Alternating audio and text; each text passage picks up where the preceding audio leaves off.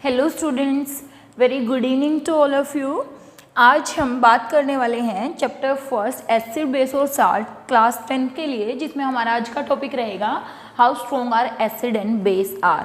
वैसे तो बच्चे, अगर आपको ध्यान हो, इसके बारे में बीच बीच में हम काफ़ी सारी बातें कर चुके हैं कि कोई भी एसिड और बेस कितना स्ट्रॉन्ग हो सकता है, कितना वीक हो सकता है। लेकिन इसके लिए हमने बात करी थी कि हम कोई भी एसिड कितना ज़्यादा स्ट्रॉन्ग है उसके लिए डिपेंड करता है कि उसके पास कितने ज़्यादा H पॉजिटिव आयंस की कंसंट्रेशन है। कोई भी बेस कितना ज़्यादा स्ट्रॉन्ग है ये पता चलेगा कि उसके पास कितने OH नेगेटिव आयन की कंसंट्रेशन है। लेकिन आप याद कीजिए, क्या अगर मैंने एसिटिक एसिड को वाटर में डिज़ोल्व किया या मैंने फिर कंसनट्रेटेड H2SO4 को वाटर में डिज़ोल्व किया, क्या मुझे H पॉजिटिव आयन निकलते हुए दिख रहे हैं? क्या मुझे ऐसे दिख रहा है कि H पॉजिटिव गया, ये OH नेगेटिव गया? नहीं ना। इसका मतलब ये हुआ कि क्या मैं देखकर ऐसे बता सकती हूँ कि ये कितना स्ट्रॉन्ग है या कितना वीक है? नहीं। इसका मतलब अर्हेनियस का कॉन्सेप्ट अगर मैं देखूँ तो मैं उसको देखकर तो नहीं बता सकती कि कोई भी एसिड कितना स्ट्रॉन्ग या वीक है। तो उसको देखने के लिए एक्चुअली में हम एक स्केल यूज़ करते हैं and that scale is known as pH scale, जिसकी बात हमने प्रीवियस लेक्चर्स में भी करी थी। What is pH scale? pH में जो P है इसका मतलब होता है पोटेंज, और this is a German word, और जिसका हिंदी में मीनिंग होता है, इंग्लिश में मीनिंग होता है पावर, और H का मीनिंग होता है हाइड्रोजन। तो इसका मीनिंग हो गया पावर ऑफ हाइड्रोजन। मीन्स हमें किसी भी सब्सटेंस का अगर pH पता चल जाए तो हम ये बता सकते हैं कि वो कितना ज़्यादा स्ट्रॉन्ग एसिड है या कितना ज़्यादा स्ट्रॉन्ग बेस है। तो this is pH scale. pH scale जो है ये एक यूनिवर्सल इंडिकेटर है। This is a universal indicator, और यूनिवर्सल जो इंडिकेटर्स होते हैं वो मिक्सचर ऑफ वेरियस इंडिकेटर्स होते हैं, काफ़ी सारे इंडिकेटर का मिक्सचर होते हैं। आजकल pH स्केल की जगह pH मीटर भी आता है, जिसमें बहुत आसानी से किसी भी सब्सटेंस का pH एक्यूरेटली निकाला जा सकता है। और भी बहुत सारे मेथड्स हैं, इंडिकेटर्स, जिनकी हेल्प से हम ये बता सकते हैं कि कोई भी एसिड कितना स्ट्रॉन्ग या वीक है। तो हमने बात करी कि what is pH। pH scale में P का वर्ड होता है पोटेंज, जो कि एक जर्मन वर्ड है जिसका मीनिंग होता है पावर, और H का मीनिंग होता है hydrogen. Power of hydrogen means कितनी ज़्यादा कंसंट्रेशन में हाइड्रोजन रिलीज होंगे, कितनी ज़्यादा कंसंट्रेशन में H पॉजिटिव निकलेंगे, दैट इज कॉल्ड pH। ठीक है, यूनिवर्सल इंडिकेटर है, इसकी हेल्प से हमें पता चलेगा कि कोई भी एसिड या बेस कितना ज़्यादा स्ट्रॉन्ग है। अगर हम बात करें मैथमेटिकली, pH का मतलब होता है negative logarithm of H positive ion concentration. अभी तो बच्चे वैसे आपको लॉगरिथम भी नहीं मालूम क्या होता है, वो मैथ की टर्म है या फिजिक्स में आप पढ़ते हो कि लॉगरिथम क्या होता है, उसके बाद हम फिर कभी करेंगे किसी लेक्चर के अंदर कि लॉगरिथम क्या होता है। pH का मीनिंग होता है negative logarithm of H positive ion concentration. H positive ion की नेगेटिव कंसंट्रेशन को लोग 10 की पावर H बेसिक जो होता है, मतलब 10 की पावर बेस की टर्म्स में, मतलब pH क्या होता है? Negative logarithm of H positive ion concentration. Mean मैं इसको ऐसे भी लिख सकती हूँ, pH is equal to log की power 10 1 over H positive ion concentration, ऐसा लिख सकती हूँ, क्योंकि अगर मैं इसको नीचे ले आऊँ तो माइनस खत्म हो जाएगा। मीन सीधी सीधी बात, अगर H पॉजिटिव की कंसंट्रेशन इंक्रीज करेगी, if concentration of H positive increase, pH क्या करेगा? डिक्रीज करेगा। If H positive ion concentration decrease, pH क्या करेगा? इंक्रीज। सीधी सीधी ये बात हुई कि किसी भी सब्सटेंस में जितने ज़्यादा H पॉजिटिव आयन होंगे उसका pH उतना ही कम होगा, उसका pH क्या होगा? उतना ही कम होगा। तो जो pH स्केल होता है बच्चे, this is a scale in which there are total 40 number which start from 0, 7 और हाईएस्ट जो नंबर होता है दैट इज 14। 0 से शुरू होता है 7, यानी कि किसी भी सब्सटेंस का नंबर अगर 7 है, यानी उसका pH अगर 7 है तो वो न्यूट्रल होगा। वो क्या होगा? न्यूट्रल होगा। अगर किसी भी सब्सटेंस का pH लेस देन 7 होगा, लेस देन 7, तो वो एसिड होगा। अगर किसी भी सब्सटेंस का pH मोर देन 7 होगा तो वो क्या होगा? बेस होगा। मतलब कोई भी सब्सटेंस अगर उसका pH जितना ज़्यादा कम होगा वो उतना ही ज़्यादा स्ट्रॉन्ग एसिड होगा। यहाँ से भी हमने देखा है कि अगर H पॉजिटिव आयन कंसंट्रेशन ज़्यादा होंगे, H पॉजिटिव ज़्यादा होने का मतलब एसिड ज़्यादा, है ना। और एसिड ज़्यादा का मतलब क्या हुआ, पीएच कम, यानी कि कोई भी सब्सटेंस जिसका पीएच जितना ज़्यादा कम होगा वो उतना ही ज़्यादा स्ट्रॉन्ग एसिड होगा। और कोई भी सब्सटेंस जितना ज़्यादा क्या होगा, पीएच उसका जितना ज़्यादा होगा उसका नेचर बेसिक उतनी ही ज़्यादा होगी। मीन्स ये जो NaOH है, सोडियम हाइड्रोक्साइड, उसका पीएच 14 होता है। 1 मोलर NaOH का पीएच क्या होता है, 14 होता है। इसका मतलब NaOH बहुत ज़्यादा स्ट्रॉन्ग बेस होता है, इट इज़ वेरी स्ट्रॉन्ग और कोरोसिव बेस। ठीक है, अब हमने बात करी कि पीएच के बेसिस पर हम ये बता सकते हैं कि कोई भी सब्सटेंस क्या है। बच्चे अगर मैं यहाँ पर बात करूँ, यहाँ पर हमने कुछ नंबर लिख दिए 1 2 3 4 5, ज़्यादा ही हो गए, 1 2 3 4 5 6 एंड 7, उसके बाद 8 9 10 11 12 13 एंड 14 लाइक दिस। ठीक है, तो एक्चुअली में बच्चे पीएच होता क्या है, पीएच स्केल होता क्या, एक्चुअली में इसके ऊपर काफ़ी सारे कलर्स होते हैं। यहाँ पर क्या है, बहुत सारे कलर होते हैं। कैसे कलर, पीएच पेपर तो वैसे कलर लेस ही होता है। यहाँ पे मैं बात करूँ कि यहाँ पे जो मैंने नंबर लिखे हैं, देखिए यहाँ पर बहुत सारे रंग होते हैं, जैसे red colour, orange colour, light orange colour, yellow colour, इस तरीके के कलर। जैसे जैसे आप इधर बढ़ते चले जाते हैं तो कलर जो होते हैं उनका डार्क ग्रीन, आप बोल सकते हो ब्लू, डार्क ब्लू, पर्पल और ज़्यादा पर्पल। ठीक है, करते हैं चलो इसके बारे में बात। अभी तो हमने कहा कि पीएच का मीनिंग क्या है, पावर ऑफ हाइड्रोजन। किसी भी सब्सटेंस का पीएच जितना ज़्यादा होगा वो उतना ही स्ट्रॉन्ग बेस होगा। किसी भी सब्सटेंस का पीएच जितना कम होगा वो उतना ही स्ट्रॉन्ग क्या होगा, एसिड होगा। अब आप समझ रहे हैं, बार बार देखिए, मैं आपको बिल्कुल एक सिंपल सा एग्जांपल दे रही हूँ। मेरे पास यहाँ पर क्या है, लेमन जूस है, वी हैव लेमन जूस। अब मैंने क्या किया, मैंने एक पीएच पेपर लिया, क्या लिया, पीएच पेपर। ठीक है, इस पीएच पेपर को मैंने इस लेमन जूस के अंदर डिप कर दिया। इस लेमन जूस के अंदर क्या कर दिया बच्चे, डिप कर दिया। जैसे ही मैं इसके अंदर लेमन जूस के अंदर इसको डिप करूंगी, ये कुछ कलर अटेन कर लेगा। क्या करेगा, कुछ कलर, हो सकता है ये ऑरेंज हो जाए, हो सकता है ये रेड हो जाए, हो सकता है ये लाइट ऑरेंज हो जाए, हो सकता है ये येलो हो जाए, इसका कुछ ना कुछ कलर चेंज आएगा। देन ये जो मैंने यहाँ पर लिया हुआ है पीएच, इस पीएच पेपर के ऊपर अलग से एक इंडिकेटर की तरह इसको यूज़ करते हैं।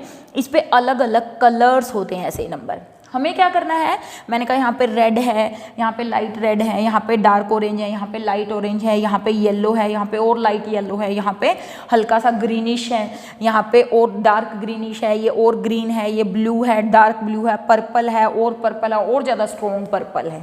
ठीक है, तो मुझे क्या करना है, ये जो कलर आया है इस कलर को ऐसे यहाँ पर इसके साथ मैच करना है कि ये किसके साथ मैच कर रहा है, इसके साथ, इसके साथ, इसके साथ, इसके साथ, जिसके साथ भी ये कलर मैच करेगा इसका मतलब लेमन जूस का पीएच वही होगा। लेट मी चेक, अगर मेरे फ़ोन में कोई पीएच पेपर पड़ा है तो मैं आपको अभी शो करती हूँ। ओके, देखिए बच्चे, यहाँ पर अगर आपको दिख रहा है, यहाँ पे मैंने एक पीएच पेपर को डाउनलोड किया था आपके लिए। यहाँ पे देखिए, ये नंबर 1 पे बहुत ज़्यादा डार्क रेड कलर है, फिर 2 3 4 2 3 तक रेड है, फिर ऑरेंज है, फिर येलो है, फिर लाइट येलो है, फिर जब आप 7 पे चले गए तो ग्रीनिश कलर है, 8 पे भी ग्रीनिश कलर है, 9 पे और डार्क ग्रीन, 10 पे, फिर उसके बाद ये क्या होना शुरू हो गया, ब्लू, और फिर उसके बाद क्या होना शुरू हो गया, पर्पल। मीन्स मैं ये नहीं कह रही कि आपको हर एक का पीएच ऐसे याद करना है। सेम ये देखिए नीचे ऐसे ही कुछ इंडिकेशन यहाँ पर गिवन है, यहाँ पर भी कुछ ऐसा ही है, 0 1 2 3 4 5 6 यहाँ पे। ठीक है, सिमिलरली यहाँ पे भी कुछ ऐसा ही कलर कॉम्बिनेशन है। मीन्स क्या है, स्टार्टिंग में red, orange, yellow, green, dark green, फिर ब्लू, फिर डार्क ब्लू, फिर पर्पल और फिर डार्क पर्पल। मैं ऐसा नहीं बोल रही कि आपको ये सारे कलर्स याद रखने हैं, बट आपको ये याद रखना है कि जो भी सब्सटेंस एसिड होगा, जो भी सब्सटेंस क्या होगा, एसिड होगा, उसका जो कलर चेंज आएगा पीएच में वो रेड, ऑरेंज, येलो होगा। और अगर कोई सब्सटेंस न्यूट्रल होगा तो उसका जो कलर चेंज आएगा वो ग्रीनिश आएगा। और कोई भी सब्सटेंस अगर बेस होगा तो उसका colour blue, dark blue, purple, dark purple, dark green आएगा। तो इतना आपको याद रखना है। क्यों? क्योंकि एक बार बच्चे बोर्ड में क्वेश्चन पूछा गया था कि एक सब्सटेंस है उसमें पीएच पेपर को डिप करने से पीएच पेपर का जो कलर है वो ऑरेंज हो गया। बताइए उसकी नेचर कैसी है। हम पीएच नहीं बता सकते क्योंकि मैं किस किस का पीएच रटूंगी, है ना, और कितना ऑरेंज है कितना नहीं है वो हम नहीं बता सकते। बट हम क्या कर सकते हैं, हम हिंट याद रख सकते हैं, हम आइडिया याद रख सकते हैं कि येलो और ऑरेंज और रेड जो भी सब्सटेंसेस होंगे वो एसिडिक होंगे। Blue, dark blue, purple, dark purple, dark green जो भी सब्सटेंसेस होंगे वो कैसे होंगे, बेसिक होंगे, और जो लाइट ग्रीन होंगे वो कैसे होंगे, न्यूट्रल होंगे। तो लेमन जूस को डिप किया, यहाँ पर मिलाना है, फिर देखना उस सब्सटेंस का पीएच कितना है, जिस नंबर के साथ वो मैच करेगा उस सब्सटेंस का पीएच उतना ही होगा। लैब में इसको करके दिखाया जा सकता है कि कोई भी सब्सटेंस उसका पीएच कितना होगा। मीन्स कोई भी सब्सटेंस कितना ज़्यादा स्ट्रॉन्ग एसिड है या कितना ज़्यादा स्ट्रॉन्ग बेस है वो किसके बेसिस पर पता चलता है, पीएच के बेसिस पर पता चलता है। तो एक ऐसे ही मैं वापस पीएच स्केल यहाँ पर बना रही हूँ। यहाँ पर देखिए बच्चे, ऐसे मैं एक लाइन यहाँ पर इंडिकेट कर रही हूँ लाइक दिस। यहाँ पे मैंने कहा ये 7 है यानी कि न्यूट्रल है, इससे इधर 0 to 7 एसिडिक है और फिर 14 क्या है, बेसिक है। यहाँ पे ये जो चीज़ मैंने लिखी है ये है H पॉजिटिव आयन कंसंट्रेशन और ये क्या है, OH नेगेटिव आयन कंसंट्रेशन। देखिए आपको क्वेश्चन आएगा कि क्या एसिड्स में OH नेगेटिव आयन हो सकते हैं। यस, बिल्कुल हो सकते हैं। आप देखिए कोई भी सब्सटेंस जो है उसके अंदर अगर H पॉजिटिव ज़्यादा है किससे, OH से, तो वो सब्सटेंस किसकी तरह बिहेव करेगा, एसिड की तरह बिहेव करेगा। किसकी तरह बिहेव करेगा, that substance behave like a acid. Means अगर किसी सब्सटेंस में H पॉजिटिव की कंसंट्रेशन देखिए यहाँ ज़्यादा है, ज़्यादा है, ज़्यादा है, ज़्यादा है, लेकिन यहाँ पर अगर आप देख रहे हो तो कुछ कुछ OH भी तो है। यहाँ पर क्या है, कुछ कुछ OH भी हो सकता है। अगर आप यहाँ पे ध्यान से देखेंगे ये क्या है, OH है यहाँ पर, दिस इज OH, लेकिन ये वाला जो पोर्शन है वो किसको रिप्रेजेंट करता है, H पॉजिटिव को रिप्रेजेंट करता है। तो एक बहुत सिंपल सा क्वेश्चन आता है आपके पास कि क्या एसिड्स में OH नेगेटिव आयन हो सकते हैं। आंसर होगा यस, हो सकते हैं।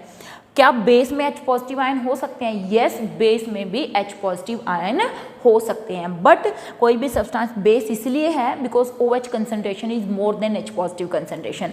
कोई भी सब्सटेंस एसिड इसलिए है because H positive ion concentration is more than OH negative ion concentration. ठीक है, हमने कहा कि हम क्या कर सकते हैं, लॉग का मीनिंग क्या होता है, negative logarithm of H positive ion concentration. PH क्या है, negative logarithm of H positive ion concentration. कैसे पीएच निकालते हैं मैं आपको नेक्स्ट वीडियो में छोटा सा एक लेक्चर भी दूंगी कि how you can determine the pH of any substance if concentration of H positive ion is provided to you. अगर आपको H पॉजिटिव आयन की कंसंट्रेशन दे रखी है तो आप उसका पीएच कैसे निकाल सकते हैं। वैसे तो ये एनसीईआरटी में नहीं है, लेकिन जो बच्चे आईसीएससी की से बिलोंग करते हैं या फिर जो बच्चे एनटीएससी की प्रिपरेशन कर रहे हैं उनके लिए ये टॉपिक बहुत इंपॉर्टेंट है। ठीक है बच्चों, तो इस तरीके से यहाँ पर क्लियर हुआ कि कोई भी सब्सटेंस एसिड है या बेस है वो किस पे डिपेंड करेगा कि उस सब्सटेंस का पीएच कितना ज़्यादा है। कम पीएच स्ट्रॉन्ग एसिड, ज़्यादा pH strong base, 7 pH neutral. ठीक है, तो अब हम इसके बाद हमारा जो नेक्स्ट टॉपिक है वो करने वाले हैं। And what is next topic, what is the importance of pH in day to day life में पीएच की क्या इंपॉर्टेंस है। बच्चे अभी हमने बात करी कि पीएच क्या है, पावर ऑफ हाइड्रोजन है। जितने ज़्यादा H पॉजिटिव आयन कंसंट्रेशन होगी उतना ही स्ट्रॉन्ग एसिड होगा, जितनी OH नेगेटिव आयन कंसंट्रेशन होगी उतना ही क्या होगा, दैट इज स्ट्रॉन्ग बेस होगा। पीएच जितना ज़्यादा उतना स्ट्रॉन्ग बेस, पीएच जितना कम उतना ही स्ट्रॉन्ग एसिड। ठीक है, तो आज हम बात करने वाले हैं इस लेक्चर में कि क्या इंपॉर्टेंस है पीएच की in our day to day life में। तो बच्चे अगर हम बात करें इंपॉर्टेंस की, बिल्कुल हम बेस से लेकर चलते हैं। ठीक है, हम क्या करते हैं जब शादी वगैरह में जाते हैं, मैंने पहले भी कहा था कि हम बहुत खा लेते हैं, या किसी पार्टी में जाते हैं तो खूब खा लेते हैं। ठीक है, क्योंकि अच्छा लगता है स्पाइसी फूड, मुझे भी अच्छा लगता है, आपको भी लगता होगा, सबको ही अच्छा लगता है ना। तो जब आप स्पाइसी फूड बहुत ज़्यादा खा लेते हैं तो हमारे जो टीथ हैं उनके अंदर क्या हो जाते हैं, जो मीठा है, जो चॉकलेट है, वो सब चीज़ें क्या कर जाती है, they stick into our teeth. जब हमारे दांतों में वो सब स्टिक कर जाते हैं तो दिन में जब हम पार्टी करते हैं और रात को जब हम बिना मुंह को साफ किए सो जाते हैं, मतलब बिना ब्रश किए सो जाते हैं, देन व्हाट हैपन्स, रात को हमारे माउथ में जो भी बैक्टीरिया हैं, जो भी जर्म्स हैं, उनकी पार्टी बनती है। क्यों? क्योंकि हमारे दांतों में जो भी चीज़ें स्टिक हो रखी हैं वो सब उनको डिसइंटीग्रेट होना शुरू कर देते हैं, उनको डिसइंटीग्रेट करना शुरू कर देते हैं। ठीक है, दिन में हमारी पार्टी, रात को उनकी पार्टी, है ना। ये तो नियम है भाई। अगर हम अपने मुंह को साफ नहीं रखेंगे तो वहाँ पर क्या होगा, आप देखते हैं टूथ कैविटीज़ हमारे दांतों में आ जाती है, आती है कि नहीं। तो अगर हम बात करें इंपॉर्टेंस ऑफ पीएच, कहाँ से शुरू करते हैं, that is tooth decay. Tooth decay ये बहुत सारे बच्चों के साथ normal day to day life की प्रॉब्लम है कि उनके जो टूथ हैं वो डिके होना स्टार्ट हो जाते हैं, यानी कि टूथ में क्या आनी शुरू हो जाती है, कैविटी आनी शुरू हो जाती है। और उस कैविटी आने का क्या रीज़न है कि हमारा जो इनेमल है, टीथ इनेमल, बेटा अगर मैं बात करूं, जो टीथ इनेमल होता है दैट इज हार्डेस्ट सब्सटेंस होता है, हार्डेस्ट सब्सटेंस, इतना हार्ड इवन बोन से भी ज़्यादा हार्ड सब्सटेंस होता है। क्यों? क्योंकि ये मिलकर बना होता है किससे, कैल्शियम फॉस्फेट से। It is made up of calcium phosphate. Enamel, tooth enamel is very hardest substance, even harder than bones. It is made up of calcium phosphate. और आप इमेजिन कीजिए कि इतने हार्ड सब्सटेंस को भी बैक्टीरिया कोरोड कर देता है। क्यों? क्योंकि बैक्टीरिया क्या करता है, हमारे माउथ का जब पीएच बदलता है, माउथ का पीएच जब चेंज होता है, कितना चेंज, 5.6 से डिक्रीज हो जाता है, तो उस कंडीशन में बैक्टीरिया बहुत ज़्यादा एक्टिव हो जाते हैं और वो क्या करते हैं, अपनी एक्टिविटी, डिसइंटीग्रेशन एक्टिविटी शुरू करते हैं, जिसके कारण हमारे टीथ जो है वो डिके होना स्टार्ट हो जाते हैं। तो ये सब क्या है, मेजर प्रॉब्लम। तो इसका मतलब ये हुआ, जब भी हम कुछ ऐसी चीज़ें खाएं, स्पाइसी खाना खाएं, तो हमें क्या करना चाहिए, टूथपेस्ट करना चाहिए। और उसका रीज़न अब आप समझ गए होंगे कि ऐसा क्यों करना चाहिए। क्यों? क्योंकि जब आप स्पाइसी चीज़ें खाते हैं तो माउथ का पीएच डिक्रीज हो जाता है, और अगर आप टूथपेस्ट करेंगे, जो कि नेचर में कैसा हुआ, ओबियस, बेसिक, तो जब आप पेस्ट करेंगे एसिड और बेस न्यूट्रलाइजेशन रिएक्शन हो जाएगी और माउथ का पीएच नॉर्मल हो जाएगा। उस कंडीशन में बैक्टीरिया एक्ट नहीं कर पाएंगे, ठीक है ना। तो इसीलिए हमें रात को, मम्मी पीछे पड़ी रहती है कि ब्रश करके सोना चाहिए। क्यों? क्योंकि उससे जो बैक्टीरिया है वो रात को शांत रहेंगे, मुंह में पार्टी नहीं करेंगे, है ना। तो that is the first application, note, this is not application, this is simple. आप ये बोल सकते हो कि डे टू डे में होने वाली पीएच से रिलेटेड एक आप बोल सकते हो इंडिकेशन है, या एक ऐसी टर्म है जो हम देखते हैं, जिसके लिए हमें अवेयर रहना चाहिए। सेकंड, अगर हम बात करें दैट इज एसिडिटी, और आप बोल सकते हो acid in stomach, acid in stomach. हमने पहले भी बात करी है कि हमारे स्टमक के अंदर HCl एसिड सिक्रेट होता है, और उसका रीज़न क्यों होता है सिक्रेट? क्योंकि हमें मालूम है कि हमारी बॉडी में फूड को डाइजेस्ट करने के लिए थोड़ा सा एसिडिक मीडियम रिक्वायर होता है, इसलिए बॉडी के अंदर क्या होता है, HCl सिक्रेट होता है। लेकिन वापस जब आप बहुत ज़्यादा स्पाइसी चीज़ें खा लेते हैं, बहुत ज़्यादा मिर्ची वाली चीज़ें खा लेते हैं, तो HCl के जो सिक्रेशन का लेवल है वो इंक्रीज़ हो जाता है। HCl का सिक्रेशन क्या हो जाता है, इंक्रीज़। और जब HCl का सिक्रेशन इंक्रीज़ हो जाता है तो जो हमारी स्टमक की इनर लाइनिंग है उसमें इरिटेशन होना शुरू हो जाती है, जिसको हम बोलते हैं कि हमें क्या हो रखी है, एसिडिटी हो रखी है, मतलब जलन होना शुरू हो जाती है। और उसका रीज़न क्या है, क्योंकि ये जो एक्सेस एसिड होता है ये हमारी स्टमक की जो मस्कुलर लाइनिंग होती है अंदर वाली, उसको इरिटेट करना शुरू, या उसको कोरोड करना शुरू कर देता है, ठीक है ना, जिसके कारण हमें क्या होती है, इरिटेशन, या फिर हम बोलते हैं कि हमें जलन हो रही है स्टमक में। तो हमें क्या रिकमेंड किया जाता है, बेटा क्या कीजिए, हमें कहा जाता है कि आप क्या करिए, मिल्क ऑफ मैग्नीशिया ले लीजिए। क्या ले लीजिए, milk of magnesia. Milk of magnesia होता है बेटा, magnesium hydroxide is called milk of magnesia. It is a mild base. कैसा बेस है, माइल्ड, स्ट्रॉन्ग नहीं है, क्योंकि अगर स्ट्रॉन्ग होता तो आप इसको नहीं ले सकते थे, खा नहीं सकते थे। यूजुअली आपको बोला जाता है इनो ले लीजिए, इसका मतलब इनो की नेचर कैसी हुई, बेसिक हुई। इनो भी क्या हुआ, बेस हुआ। या आपको कह दिया जाता है कि सोडियम बाइकार्बोनेट ले लीजिए। सोडियम बाइकार्बोनेट भी क्या है, माइल्ड बेस है, it is also mild base. Baking soda जिसको आप बोलते हैं ना ऐसे कि थोड़ा सा बेकिंग सोडा वाटर में डिजोल्व करो और उसको ले लीजिए, उससे आराम आ जाएगा। क्यों? क्योंकि जो बेकिंग सोडा होता है, सोडियम बाइकार्बोनेट, वो बेसिक होता है नेचर में, और ये सब्सटेंस जो आप एसिडिटी के अगेंस्ट वर्क करते हैं उसको एंटासिड्स बोला जाता है। क्या बोला जाता है? एंटासिड्स। मतलब व्हाट आर एंटासिड्स? दो substances which decrease acidity in our stomach, which decrease irritation, which decrease that is acidity in our stomach is called antacids। तो ये क्या है? एंटासिड। अच्छा, मैं आपसे क्वेश्चन पूछ रही हूँ, क्या NaOH भी लिया जा सकता है वाटर में डिजोल्व करके? अगर हाँ तो रीज़न दीजिएगा क्यों, अगर नहीं तो उसका भी रीज़न आप कमेंट बॉक्स में दीजिएगा। क्या हम NaOH भी ले सकते हैं एसिडिटी के ड्यूरेशन में? अगर नहीं ले सकते तो क्यों नहीं ले सकते, अगर ले सकते हैं तो क्यों ले सकते हैं? ठीक है, तो ये क्वेश्चन आपके लिए रहेगा जो आपको आंसर करना है। तो एसिडिटी जो होती है वो किसके कारण होती है स्टमक में? क्योंकि HCl का लेवल जो होता है वो सिक्रीशन बढ़ जाता है, और उस सिक्रीशन को क्या करने के लिए, नलीफाई करने के लिए, उसके इफेक्ट को ख़त्म करने के लिए हम क्या करते हैं, कोई माइल्ड बेस लेते हैं। ठीक है,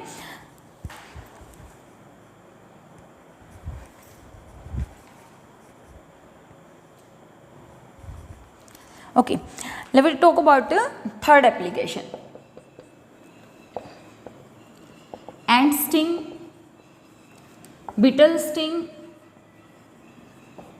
देखना, कभी आपको मधुमक्खी ने काटा हो, है ना, किसी येलो वास्प ने आपको काटा हो, किसी एंट ने आपको काटा हो, तो ये लोग क्या करते हैं, ant sting, beetle sting, they have methanoic acid, they have methanoic acid in their sting. देखिए बच्चे, ये बहुत छोटे छोटे क्रिएचर्स हैं, नेचर ने इनको बहुत छोटा बनाया है, ठीक है, लेकिन छोटा बनाने के साथ साथ अपनी प्रोटेक्शन के लिए नेचर ने इन्हें क्या प्रोवाइड किए हैं, मिथेनोइक एसिड स्टिंग में प्रोवाइड किया है।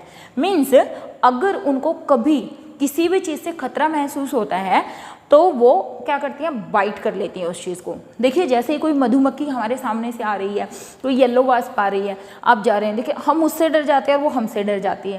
क्यों? हमें लगता है ये हमें काटेगी और वो सोचते हैं कि ये हमें मारेंगे। तो दैट इज़ वाई हमें क्या करती हैं, एक्सीडेंटली, कभी कभी एक्सीडेंटली भी बाइट कर लेती हैं और कभी कभी डर के भी बाइट कर लेती हैं।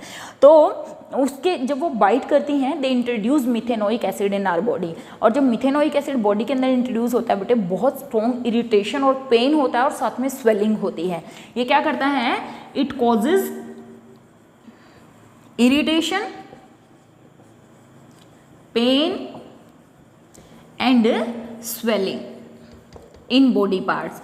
तो हमें क्या कहा जाता है, हमें कहा जाता है फटाफट आप क्या कीजिए, कोई कहता है इसके ऊपर साबुन लगा लीजिए, कोई कहता है आप इसके ऊपर बेकिंग सोडा लगा लीजिए, कोई कुछ रेमेडी हमें सजेस्ट करता है। तो आप समझ गए होंगे कि क्यों हमें ये कहा जाता है कि आप इसके ऊपर साबुन अप्लाई कर लीजिए। क्यों बच्चे? क्योंकि जो सोप होती हैं that are basic in nature, soaps are basic in nature, baking soda this is also basic in nature.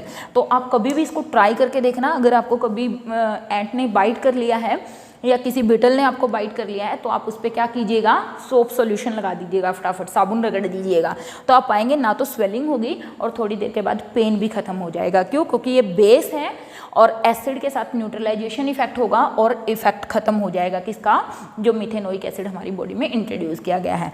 आप कोई और रेमेडीज़ के लिए क्या सजेस्ट कर सकते हैं कि अगर हमें कोई बीटल या वास्प अगर हमें काट जाए तो उसके लिए हमें क्या रेमेडी यूज़ कर सकते हैं, या आप जो घर पे यूज़ करते हैं उसको भी आप कमेंट बॉक्स में लिखिएगा कि हम ये वाली रेमेडी यूज़ करते हैं और क्यों यूज़ करते हैं। ठीक है, कि ये हमारे लगा दिया जाता है, मम्मी हमारे हाथ पे, पैर पे, जहाँ पे भी काटे हैं वहाँ पे ये लगाते हैं, क्यों लगाते हैं। ठीक है, now we will talk about that is soil of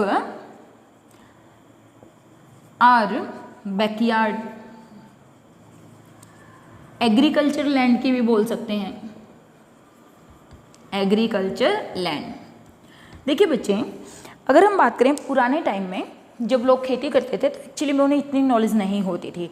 वो सिर्फ क्या करते थे, गेहूं लगा दिया, धान लगा दिया, चावल लगा दिया, है ना, और बेसिकली ऐसा उन्हें कोई नॉलेज नहीं थी, साइंटिफिक नॉलेज। लेकिन आज के टाइम में क्योंकि जो किसान हैं वो भी जब खेती करते हैं तो वो साइंटिफिक तरीके से खेती करते हैं। इसका क्या हुआ, इवन जो लोग अपने घर के बाहर छोटा सा बगीचा तैयार करते हैं या छोटा सा आप किचन गार्डन बोल सकते हैं वो तैयार करते हैं, तो वो क्या करते हैं, वो अपने घर के बाहर जो मिट्टी है उसका पीएच चेक कर लेते हैं, ठीक है। और पीएच चेक करने के बाद वो क्या देखते हैं कि इस पीएच में कौन से प्लांट्स, कौन सी सब्जियां, कौन सी आप बोल सकते हो खाने की चीज़ें उग सकती हैं, और फिर उसके अकॉर्डिंग वो वहाँ पे क्या करते हैं, एग्रीकल्चर मतलब खेती करते हैं या फिर फूल फल या फिर खाने की चीज़ें वहाँ पर उगाते हैं। तो यहाँ पर भी क्या है, this is the also the importance of pH. अगर मैं बात करूँ हरियाणा में HAU है, Hisar agriculture university, Hisar agriculture university जो कि कहाँ पर है, हिसार में है। इस एग्रीकल्चर यूनिवर्सिटी में बेटा बिल्कुल आप ये बोल सकते हो एग्रीकल्चर से रिलेटेड सारी चीज़ें अवेलेबल हैं।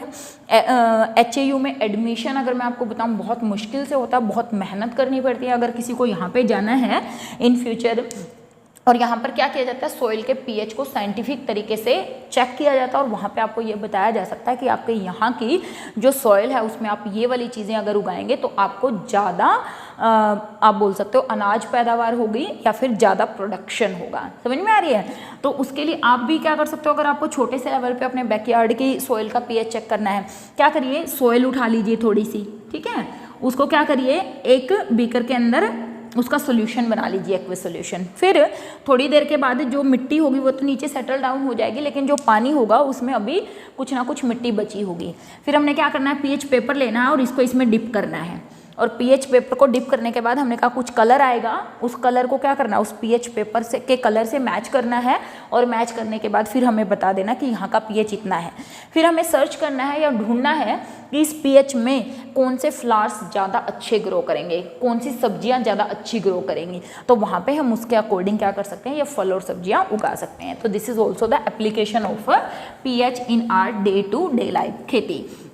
देखिए बच्चे, अगर आपने कभी कभी देखा हो कहीं कहीं पे ये कहा जाता है कि जो खेती है ना वो बंजर हो गई, मतलब यहाँ पे ज़मीन जो है अब फर्टाइल नहीं रही। और आप कभी कभी देखें तो जो ज़मीन होती है उसके ऊपर ना ऐसे white white white white precipitate से जमा हो जाते हैं, बिल्कुल वाइट, है ना, ऐसे लगता है जैसे पूरी ज़मीन पे ना नमक गिरा हुआ है। हो सकता है आप सबने नहीं देखा हो, लेकिन नोट कीजिए, कभी कभी बाहर आप गए हैं या कहीं एरिया में, किसी एरिया में जहाँ पर गए हैं आपको ऐसा महसूस हो। इसका रीज़न क्या होता है, जब खेती में बहुत ज़्यादा नमक आ जाता है, कहने का मतलब क्या हुआ, एसिडिटी बहुत ज़्यादा बढ़ जाती है। तो उस कंडीशन में जो फसल है, नॉट फसल सॉरी, जो लैंड है वो नॉन फर्टाइल हो जाती है, अनफर्टाइल हो जाती है। तो उस कंडीशन में क्या किया जाता है, अगर उसके अंदर आपने सुना होगा यूरिया मिलाते हैं, अमोनियम फॉस्फेट मिलाते हैं, वो इसलिए मिलाते हैं ताकि जो सॉइल का पीएच डिक्रीज हो गया उस पीएच को क्या किया जा सके, नॉर्मल किया जा सके, क्योंकि अमोनिया बेसिक होता है नेचर में। तो इस वजह से वहाँ पर भी यही कंसेप्ट यूज़ किया जाता है एसिड बेस न्यूट्रलाइजेशन का। और फिर वो जो लैंड है उसमें एग्रीकल्चर की जा सकती है जो कि पहले अनफर्टाइल लैंड थी, ठीक है। तो this is also the importance of pH. Then we can take another example of acid rain. Acid rain, what is acid rain?